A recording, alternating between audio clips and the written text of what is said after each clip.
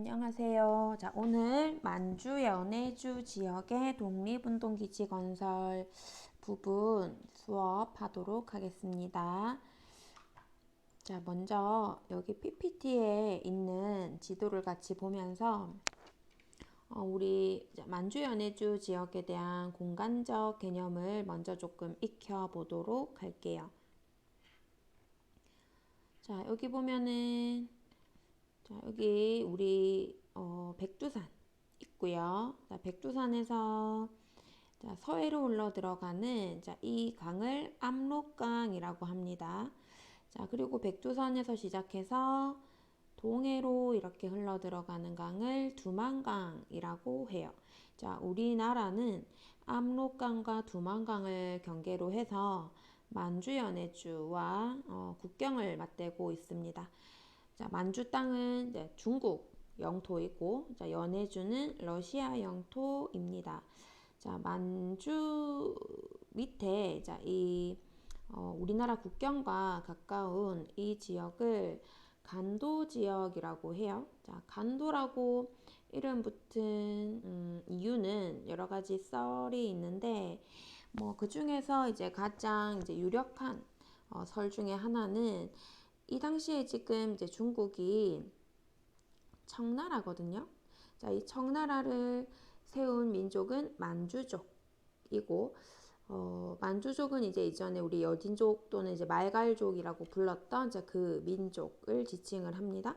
자, 그 만주족이 중국 본토를 차지하고 청나라를 세운 후에 자, 자신들이 원래 살던 지역, 자, 이 지역을 자, 신성시 하면서 아무도 이 지역을 오가지 못하도록 하라라는 통금 정책을 발표해요. 자, 그때부터 아무도 살고 있지 않은 지역, 자, 중국과 우리나라 사이에 그러니까 사이 간자를 써서 섬과 같다라고 해서 간도라고 이름 붙였다라는 뭐 썰도 있고, 우리나라 농민들이 이전부터 1860년대부터 이제 이주해서 개간하고 살았다 해서 이제 막 간도라고 부르기도 한다는 등, 자, 여러 가지 설이 있지만 어쨌든 이제 이 지역을 우리는 간도라고 합니다. 자, 이 간도 지역도 그 방위에 따라서 자, 이 지역을 동간도, 서간도라고 해요. 자, 동간도, 서간도. 근데 동간도 지역을 북간도 지역이라고 더 많이 지칭합니다. 자, 그래서 우리는 북간도, 서간도. 자, 북간도, 서간도 이렇게 지칭을 할 거고, 자, 이 연해주도 두만강을 경계로 해서 우리와 국경을 맞대고 있습니다.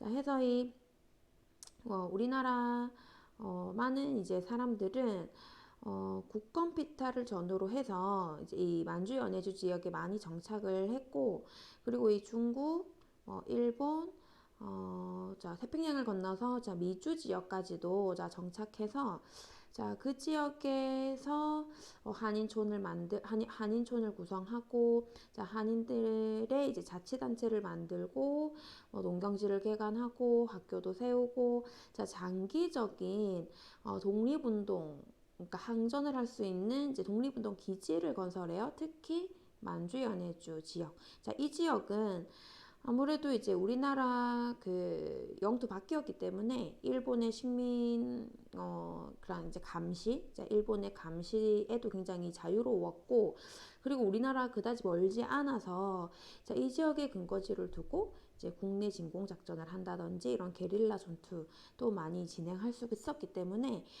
다른 나라에도 많이 이주했지만 특히 만주 연해주 지역에 자, 국외 독립운동 기지를 많이 건설합니다.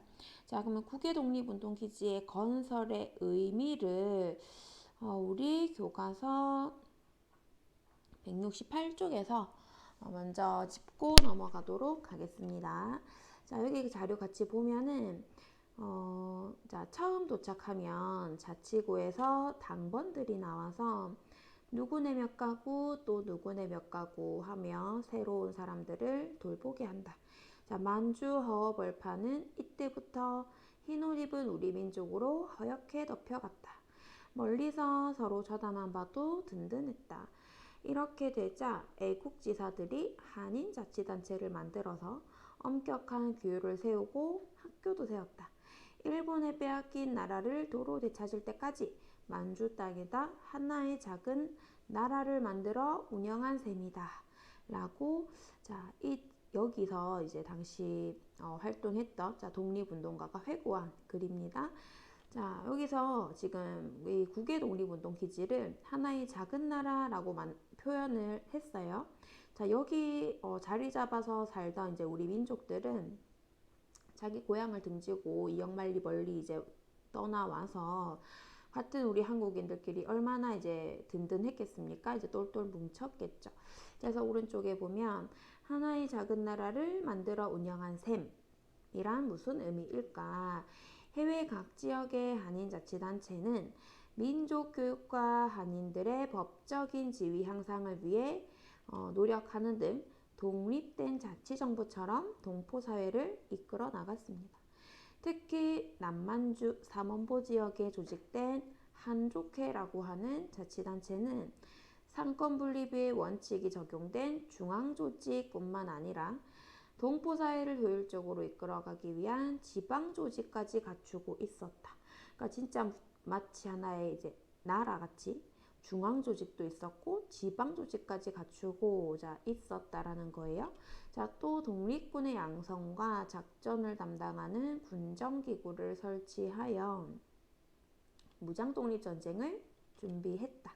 이러한 기반 위에서 1920년대 무장독립전쟁이 활발히 전개될 수 있었다. 자, 여기서 무장독립전쟁 1920년대 무장독립전쟁 하면 우리 봉오동 전투랑 청산리 대첩 떠올릴 수 있을 겁니다. 자, 그 두 전쟁은 그러니까 봉오동 전투, 청산리 대첩은 사실 우리가 객관적인 일본과의 이런 전력상으로 비교했을 때는 전혀 이길 가능성이 희박한 전쟁이었는데 우리가 이제 그 전세를 역전시켜서 승리할 수 있었던 이유는 이미 그 이전부터 이 지역에 정착한 한인들에 의해서 이런 이제 열심히 농경지를 개간하고 남의 땅에서 이제 열심히 일을 해서 그 돈을 또 십시일반 같이 또 모아가지고 그 돈으로 이제 독립군도 양성하고 민족 교육도 하는 등 부단히 독립을 위해 준비한 게 그 20년대에 빛나는 성과로 이어졌다라는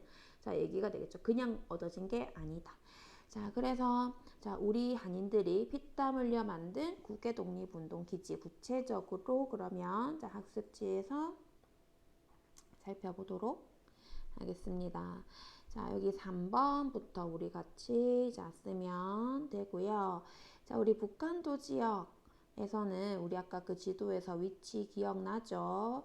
자, 북한도 지역은 굉장히 많은 한인들이 이주하면서 수많은 한인촌이 건설되었고 거의 전 지역이 독립운동 기지화 되었다라고 해도 무방할 정도로 많은 한인촌이 건설이 됐고 이 지역 한인들에 대한 관리, 법적인 지위 향상을 위해서 만들어진 자치단체가 있습니다.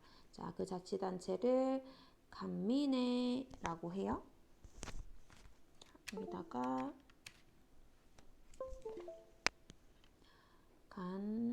간민회라고 쓸게요. 간민회. 자, 그리고 민족교육을 위한 학교도 만들어집니다. 자, 우리 학교 대표적인 북간도 지역의 유명한 학교로는 서전서숙이라는 학교가 있어요.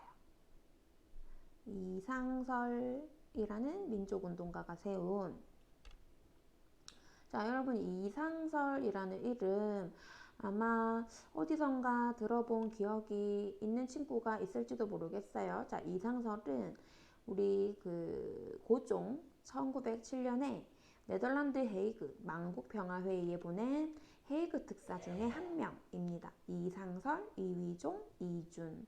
자, 헤이그 특사 보내서 그 일로 하여금 이제 고종이 일본에 의해서 강제 퇴위당하게 되는 그 사건 아마 작년에 열심히 공부했을 겁니다. 그래서 이 서전서숙을 이상설이 자신의 재산을 들여가지고 만들었어요. 자, 이 학교를 만들 때 그 학교를 짓는 터라든지 그리고 학교 건축물도 올려야 되겠죠. 건물도 교사들 채용하고 교사들 월급도 주고 학생들 교재비에다가 교육시키는 비용 다, 자, 이 이상설이 됐다라는 거, 자기 돈을 들여가지고 큰 뜻을 품고 이제 학교를 세웠어요. 그런데 얼마 있지 않아서 이상설은 고종의 명을 받고 헤이그 특사로 가게 됩니다. 그리고 이제 거기서 또 빨리 돌아오지 못하게 돼요. 자, 그러면서 이 서전서숙은 100% 이상설의 돈으로 운영이 됐었기 때문에 이상설의 귀국이 늦어지게 되면서 재정난에 부딪혀서 금방 그 문을 닫게 돼요. 자, 그리고 이 서전서숙의 교육 정신은 그 후에 명동학교라는 학교로 자, 이어져서 북간도 지역의 교육의 명맥을 이어나가게 되고, 자, 그리고 이 지역에 앞에다가 무장독립운동단체라고 쓸게요. 자, 북간도 지역에 만들어진 무장독립운동단체로는 중광단이 있습니다. 자, 대종교도들이 만든 당군을 모시는 대종교도들이 만든 중광단이라는 단체가 만들어지고, 이 중광단은 나중에 북로군정서라는 군대로 확대 개편되는데, 이 북로군정서는 또 이제 김자진이 이끌었던 군대로서 나중에 청산리대첩에서 큰 역할을 하는 군대 되겠습니다. 자, 남만주 지역으로 가면은, 자, 남만주 지역은 이제 다른 말로 서간도 지역이라고 또 합니다. 자, 서간도 지역의 독립운동 기지 건설에는 특히 이 단체가 역할을 했어요. 신민회라는 단체. 그 중에서도 이회영, 이상룡 두 분의 이 신민회라는 단체도 아마 잘 기억이 날 거예요. 작년에 공부한 거. 자, 이 신민회는 1907년에 국내에서 만들어진 비밀결사 단체였고, 애국개몽운동 단체였고, 배고인 사건으로 일제에 의해서 강제 해산되죠. 자, 그러고 나서 도저히 국내에서는 도저히 일본의 감시가 삼엄해서 활동을 이어나가지 못하겠다. 자, 우리 새로운 다른 지역으로 가서 우리 독립운동 기지를 만듭시다 해서 이제 남만주 지역으로 간 거예요. 자, 이 남만주 서간도 지역에 신민회가 주도해서 만든 우리 한인 독립운동 기지에는 특히나 이회영 집안의 재산이 많이 투입이 됩니다. 자, 우리 교과서 여기 169쪽에 잠깐 넘겨보면은, 자, 이회영과 형제들의 노블레스 오블리주라는 자료 하나 보고 갈게요. 자, 그래서 노블레스 오블리주라는 단어는 그 사회적 지위가 높은 사람들이 보여주는 도덕적인 귀감이라는 뜻이죠. 자, 여기 이회영이라는 이제 독립운동가는 육형제였어요. 자, 여기 이제 이 그림은 이회영과 그 형제들이 자기들 식구들 그리고 하인들 다 데리고 겨울에 얼어붙은 압록강을 건너서 서간도 지역으로 건너가고 있는 자 모습 알 수 있고, 여기 보면은 자 갓을 쓰고 있잖아요. 자, 이회영 집안은 양반 집안인가 보다 우리가 추측할 수 있고, 딱 봐도 이 여자분들도 좋은 비단 옷을 입고 있는 것 같죠. 여기 아이도 그렇고. 자, 그래서 이 참고로 얘기하면 이회영 집안은 조선시대 만석군 집안으로 굉장히 명망 있는 양반 자제 가문이었고, 조선에서도 손꼽는 몇 안 되는 가장 지체 높은 가문 중에 하나, 재산도 어마어마하게 많았겠죠. 저기 이회영 그 사진 옆에 자료 같이 보면은 자 8월 초에 여러 형제분이 모여서 같이 만주로 갈 준비를 했다. 자, 여기서 자 지금 요 자료는 이회영의 부인이 나중에 회고한 글입니다. 자, 1910년 8월 우리가 국권 피탈되던 바로 그때 그 시기에 바로 이회영 육형제는 다 같이 모여서 만주로 떠나자라고 뜻을 모았다라는 거예요. 그래서 비밀리에 땅과 집을 파는데 여러 집을 한꺼번에 처분하니까 얼마나 어렵겠느냐. 집이 한두 채도 아니고 땅도 되게 많았기 때문에 그거를 몰래 팔아치우다 보니까 죗값도 다 못 받고 급하게 팔아치웠다는 겁니다. 자, 남편은 지체 높은 양반임에도 옛날 범죄를 따지지 않고 위아래 구분 없이 그저 뜻만 같으면 악수하면서 동지로 대접했다. 자, 1만 녀석의 재산과 가옥을 전부 다 팔고 1910년 12월 30일에 큰 집 작은 집 육형제가 전부 다 압록강을 건너 떠났다. 이회영 형제들이 만주로 망명하면서 처분한 전 재산은 오늘날의 가치로 최소 600억에서 수천억 원에 이를 것이라고 추정돼요. 자, 이 가격은 급하게 비밀리에 팔아치우느라고 죗값을 못 받은 가격이죠. 그러니까 사실은 훨씬 더 많은 재산을 처분할 수 있었다라는 거고, 그 재산을 다 처분해서 남만주 서간도 지역에 우리 한인들의 독립운동 기지, 한인들이 정착하려면 이제 땅도 구매해야 되고 농경지도 개간해야 되고 그 집도 지어야 되고 많이 돈이 들었겠죠. 자, 거기에 다 들였다라는 겁니다. 그래서 이 육형제, 이회영 육형제는 그 중에 한 명만 광복 이후에 이제 초대 국무총리까지 올라가게 되고, 나머지는 다 독립운동 하면서 자, 돌아가시게 됩니다. 자, 그 귀한 돈이 지금 여기에 자, 남만주 삼원보라는 지역에 투입이 됐고, 여기서 이제 한인촌, 신안민촌이라는 한인촌이 건설이 되고요.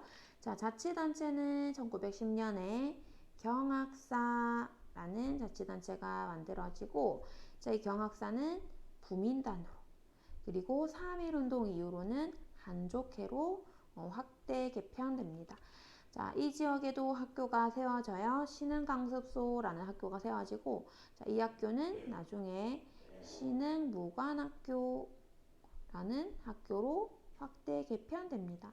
자, 이 학교도 아마 많이 들어봤을 거예요. 자, 이 학교 졸업생들 중심해서 나중에 의열단이라는 단체 만들어지고, 봉오동 전투나 정산리 대첩에서 수많은 독립군, 거기서 역할을 하는 수많은 독립군들을 키워낸 학교입니다.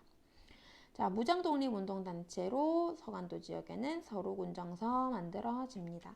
자, 연해주 지역으로 가면 국외 항일의병의 중심지였고, 블라디보스토크에 신한촌이라는 한인촌이 건설이 되고, 자치단체로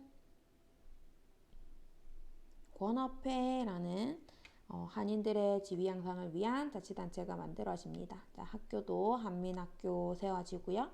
자, 그리고 무장독립운동단체 1914년에 대한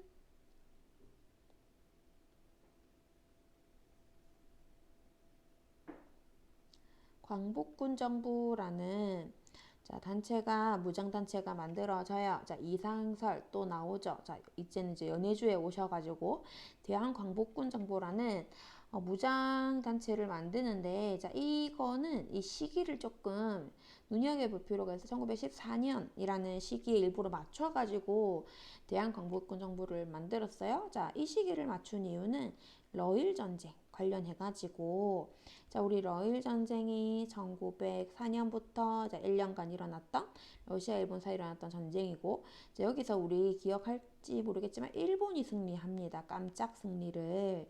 자, 러시아가 졌단 말이야.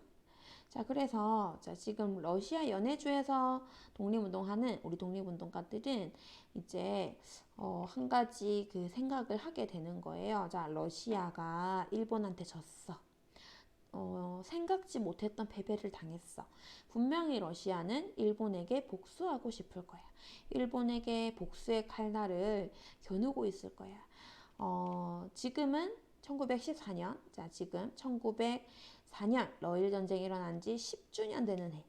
자, 러일 전쟁 10주년 되는 해를 맞아서 다시 한번 그때 그 패배를 곱씹고 있을 거야.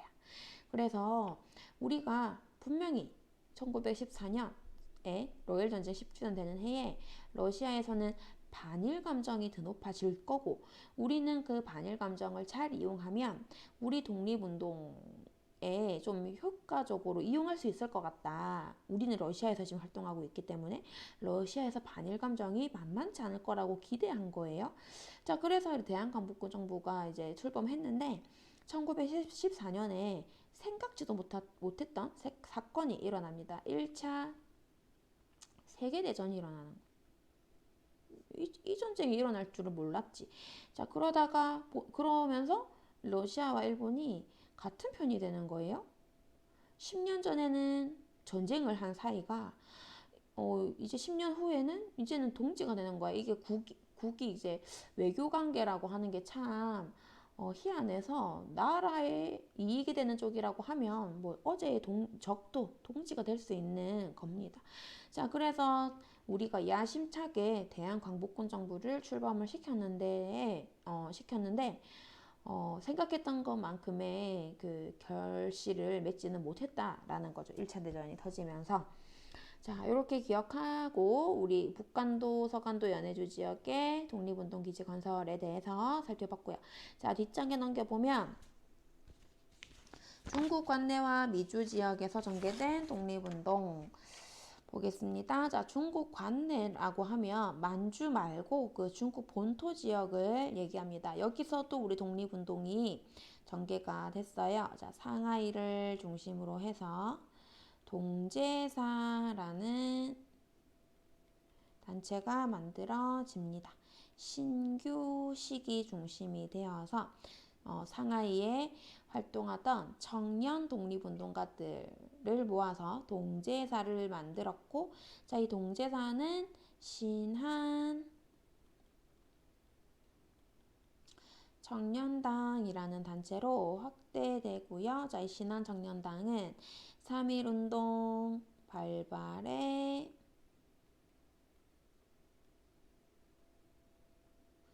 영향을 주기도 했고, 파리 강화 회의에 김규식을 보내서 이 부분은 뒤에 다시 얘기할 겁니다. 자, 그리고 대한민국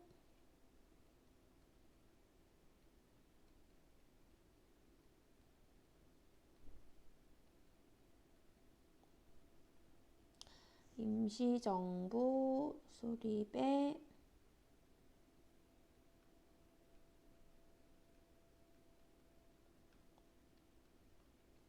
기반을 조성하기도 합니다.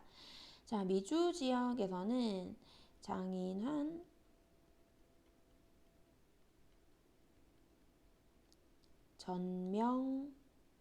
전명운의 의거를 계기로 해서, 자, 여기서 의거라는 건 의로운 거사라는 뜻이죠. 스티븐스라는 미국인을 저격합니다. 자, 장인환 전명훈이라는 두 사람은 미국에 거주하고 있던 한인이었고요. 자, 이 스티븐스는, 자, 이 사건은 1906년에 일어나요. 우리가 식민지 되기 전에 대한제국 시기 때. 자, 이 스티븐스는 일본의 추천을 받아서 대한제국의 외교 고문으로 있었던 사람이었어요. 일본의 추천, 그때는 일본의 내정 간섭하던 시기이기 때문에 일본의 추천으로 우리 대한제국의 외교 고문으로 있던 친일 미국인이었어요. 그래서 이 스티븐스는 우리 민족들의 분노를 살 수 있는 발언을 많이 했어요. 어떤 것들을 했냐면 자, 한국인은 뭐 열등해서 일본인의 뭐 식민 지배를 받아 마땅하다 이런 논조의 얘기를 계속 했기 때문에 우리 한국인들이 굉장히 손가락질했던 미국인이었고, 자, 이 스티븐스가 이제 미국 샌프란시스코 항구에 몇 월 며칠에 도착한다라는 신문 기사를 본 장인환 전명훈 이 두 사람은 서로 모르는 사람이었는데 한날 한시에 같은 목적을 가지고 스티븐스를 제거하기 위해서 자, 총을 들고 샌프란시스코 항구로 옵니다. 자, 그리고 스티븐스를 저격해서 이제 사망케 하거든요. 자, 이 장인환 전명훈의 이 의거를 계기로 우리 미국에 거주하고 있던 한국인들 사이에 독립운동에 대한 관심이 되게 높아져요. 자, 그러면서 만들어진 단체가 대한인 국민회라는 단체가 결성이 되었고, 자, 이 대한인 국민회라는 단체는 민주공화국 수립을 주장했고, 그리고 만주, 연해주의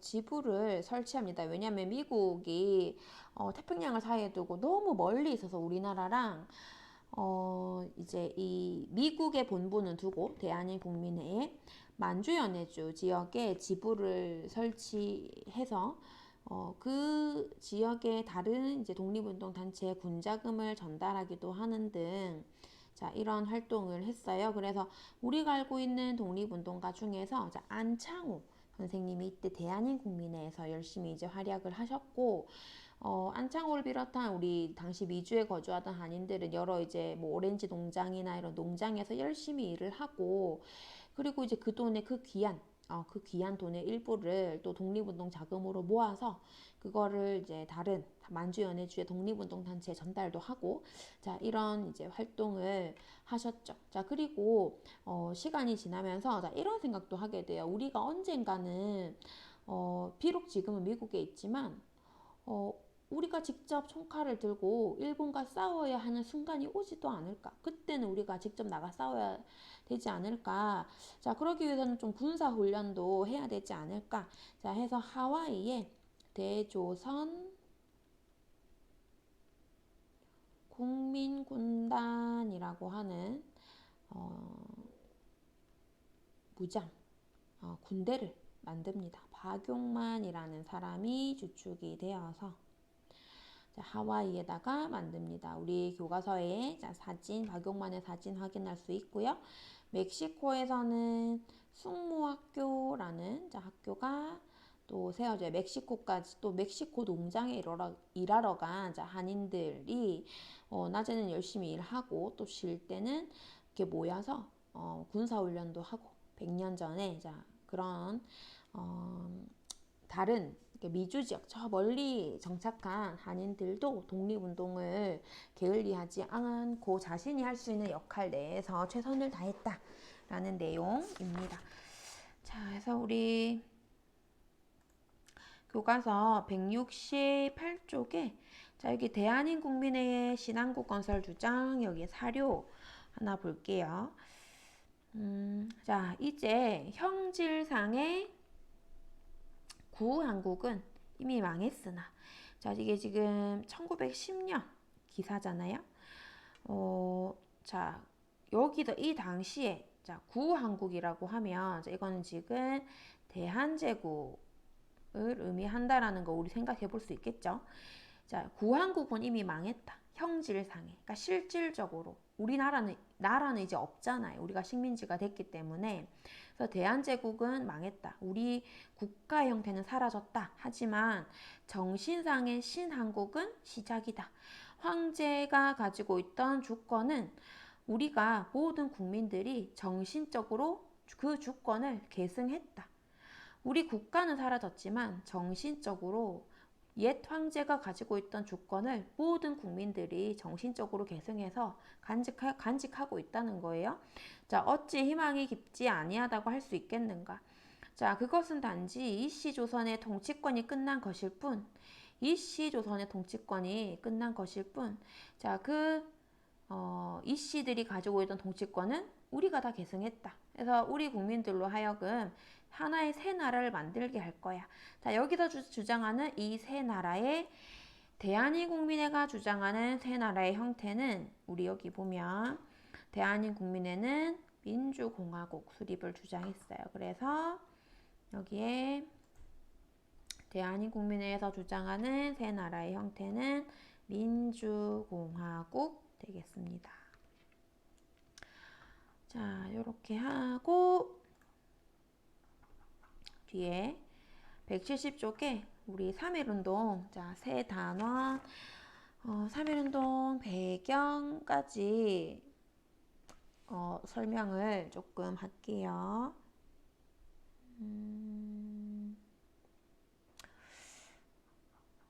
자, 우리 학습지 아마 여러분들 집에 있는 친구들은 학습지 안 받았을 건데 반에 여분 갖다 놨으니까 학교에서 찾아보고 만약에 없으면 선생님한테 달라고 자 하면 되겠습니다.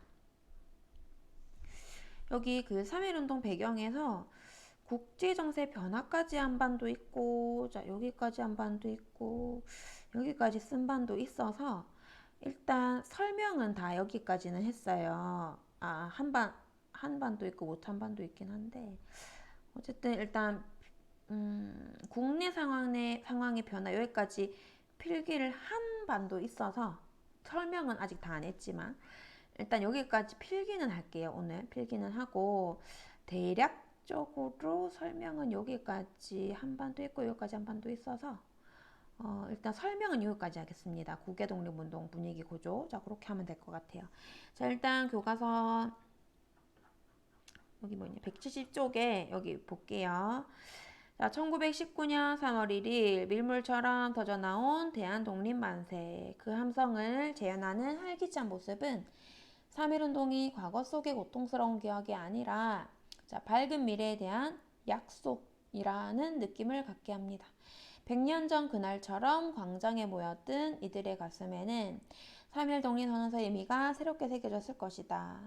3.1 운동이 지닌 역사적 의미는 무엇일까? 자, 100년 전에 직접 3.1 운동 당시에 거리에 쏟아져 나온 우리 선조들도 무단 통치에 대한 고통에 차서 나왔다라기보다는 새 나라를 만들 수 있다는 희망, 우리가 독립할 수 있다는 희망에 더 부풀어서 희망찬 얼굴로 나오지 않았을까. 자, 그런 얘기를 하고 있습니다. 자, 위에 3.1 독립선언서 한번 각자 한번 읽어보시고요. 자, 우리 학습지에다가 3.1 운동의 배경 자, 써볼게요. 자, 먼저 국제정세의 변화에 두 가지 쓸 건데 첫 번째는 러시아 혁명으로 사회주의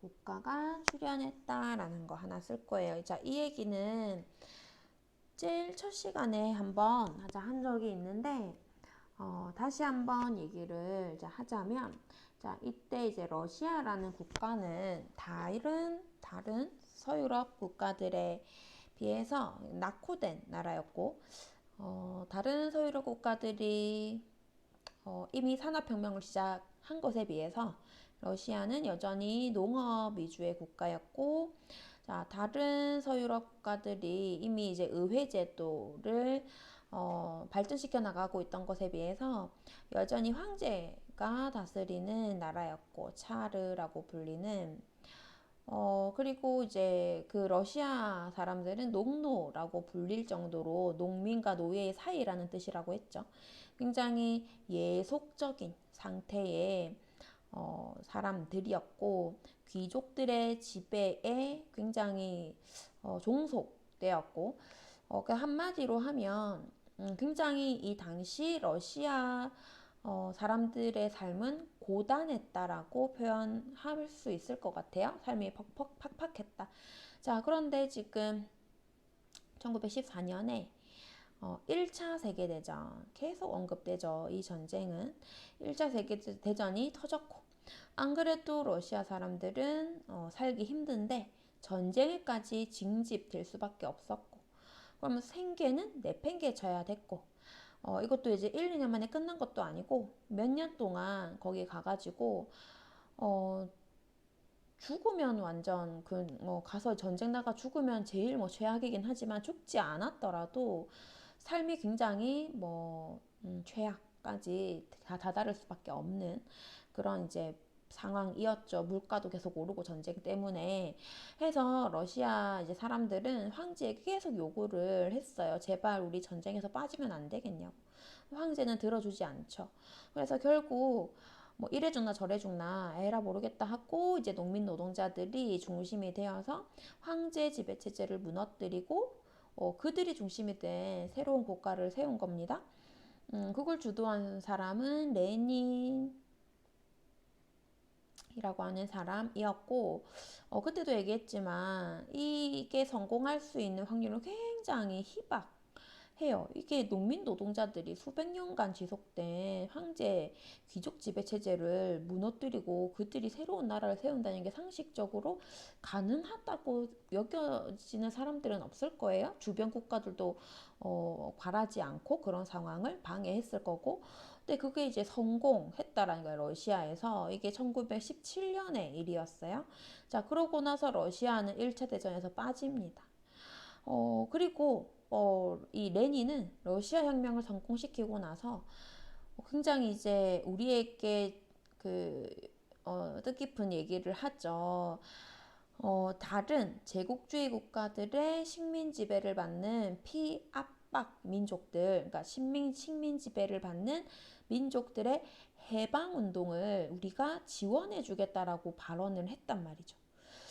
그 당시에 아까 우리 확인했지만 러시아 연해주에서 활동했던 우리 독립운동가들도 되게 많았고, 그 러시아에서 지금 이런 혁명이 일어났고, 그 혁명을 주도했던 레닌은 다른 식민 지배를 받는 민족들의 해방운동을 지원해 주겠다라는 얘기가 굉장히 단비처럼 들렸을 거고 그냥 들리지 않았겠죠. 아, 우리가 독립하는데 해답은 사회주의밖에 없구나. 그래서 우리나라의 사회주의가 적극적으로 이제 들어오는 계기가 또 되기도 하고요.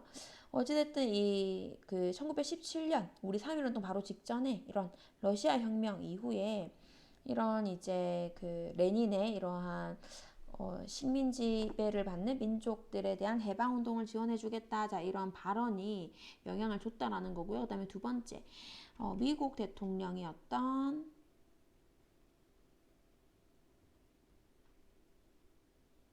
윌슨이 민족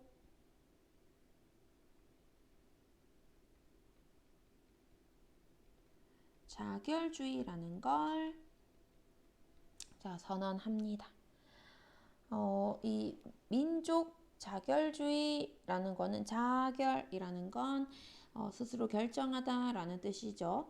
자, 각 민족은 정치적 운명을 스스로 결정할 권리가 있다라는 거고 다른 민족의 간섭을 받지 않고 독립 문제를 스스로 결정하라는 얘기예요.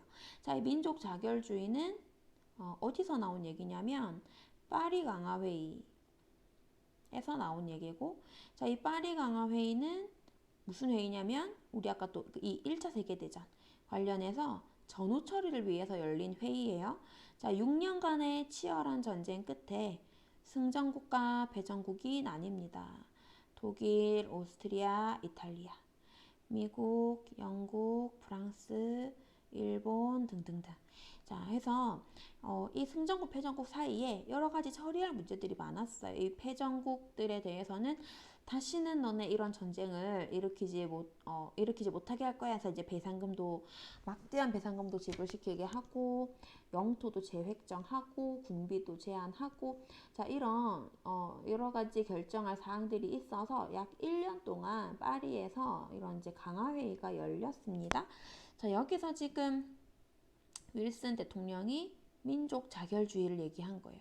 모든 민족은 다른 민족의 지배를 받지 않을 권리가 있다. 각 민족은 자신들의 정치적 운명을 스스로 결정할 권리가 있다. 라는 이 얘기가 또 우리 민족들한테는 허투루 들리지 않았겠죠. 그래서 이제 세상이 틀려지는가 보다. 이제는 이전처럼 약육강식의 시대가 아닌가 봐. 약육강식, 강한 나라가 약한 나라를 잡아먹고, 자, 강한 나라가 약한 나라를 식민 지배하고, 자, 이랬는데, 이제는 그렇지 않은가 봐. 지금 러시아, 미국 두 강대국이 약한 나라를 해방운동을 지원해준다 하고 너희들의 앞니를 스스로 결정하라 하고 하니까 지금 시대가 바뀌고 있나 봐 이렇게 생각을 한 거예요. 자 지금 이 기회에 우리가 일본의 부당한 식민 지배를 당하고 있다라는 현실을 외교를 통해서 제대로 알리면 우리가 독립할 수도 있겠다라는 착각을 한 거죠. 자 이때 윌슨 대통령의 민족 자결주의는 독일, 오스트리아, 이탈리아가 가지고 있는 식민지들한테만 적용이 되는 거였지. 이들의 이들이 가지고 있는 식민지들한테 너희의 앞일은 너희가 결정해. 너희의 독립 문제를 스스로 결정해 하면서 독립을 유도하고 독일, 오스트리아, 이탈리아 이 세력을 약화시키기 위해서 한 것일 뿐 자기들이 가지고 있는 자 다시 말하면 이 승전국들이 가지고 있는 식민지에는 전혀 적용할 생각이 없었죠. 단지 이제 이거를 대놓고 얘기할 수가 없으니까 민족 자결주의라는 용어로 포장한 것일 뿐 우리는 일본의 식민지였기 때문에 하등 여기에 관계가 없었어요. 자, 그런데 우리는 이 당시에 그런 국제정세의 흐름이나 이런 국제 역학 여러 국가들의 이제 힘의 논리나 이런 것들을 파악할 수 있는 이런 국제적 정치적 감각이 좀 떨어졌기 때문에 몰랐던 거죠. 그 속내를. 자, 근데 이거는 우리도 해당된다고 우리는 알았던 거지, 그때는. 자, 그래서, 우리 열심히 지금 우리의 처지를 열심히 다른 나라에 알려보자 하면서 이제 독립운동 분위기가 고조된 거예요. 자, 그래서, 먼저, 행동에 나섰던 단체는 신한청년당입니다. 자, 신한청년당이 파리 강화회의에